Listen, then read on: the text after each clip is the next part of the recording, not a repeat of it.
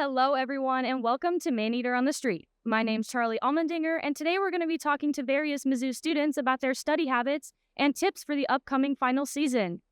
Hi guys, I'm here with Ethan, a political science and psychology student here at Mizzou. Hi Ethan, welcome. Hey Charlie. How do you incorporate breaks into your study sessions? Yeah, so I'm currently LSAT prepping right now. I personally just do a section at a time, take about 25-30 minutes sitting down really doing that hard work, and then I take about a 5 to 10 minute break. I usually try to do like an hour or so and then take a break, maybe like switch spots. What on-campus resources do you use, if any, while studying for an exam or writing a paper? Definitely Tiger Tutors. I feel like they've helped me a lot throughout my whole university years. Where on campus do you like to study the most? If it's not my room, then probably the library.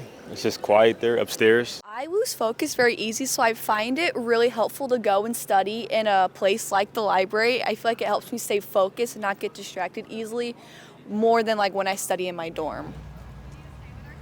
Well, one thing I always recommend is that you find your study space. So you might be doing a project by yourself, like you're writing and you really need to concentrate, so you want to find a really quiet space. What do you think are some dangers of using AI while you're in college?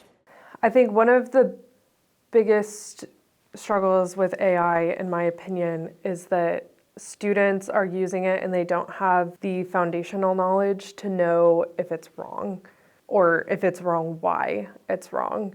You could have ChatGPT make you a study schedule for Econ 1014, or you could go to the Learning Center and you could meet with a student who has actually taken the course and they've taken it here at Mizzou, probably with the same professor that you have right now, and they're going to have much more specialized knowledge to this specific course and to this discipline. How have you noticed your study habits changing from high school into college? In high school, I didn't really read any of the textbooks, while in college, I've definitely been taking more a look at the textbooks. I have a computer, a MacBook, and I use that every day, all day.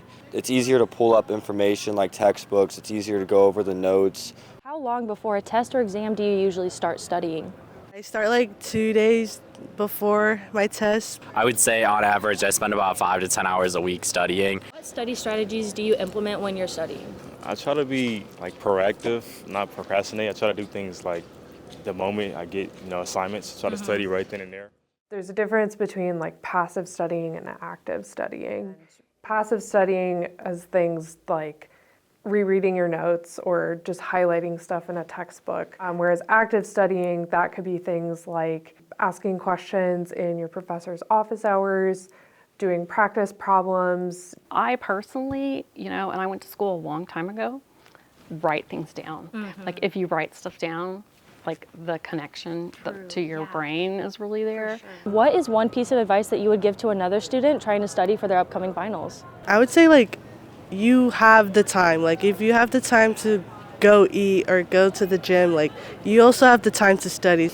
Don't procrastinate. I would say definitely spend the time, put in the work, make sure you get those quality breaks in between. Definitely feed yourself and get lots of water to drink. It really helps. Watch your lectures. Go to your classes and watch your lectures. Ultimately, I think that it kind of comes down to this philosophical question of what do you want to get out of college? Do you just want to get the grades, or are you here to actually learn? This is Charlie Almandinger for the Maneater.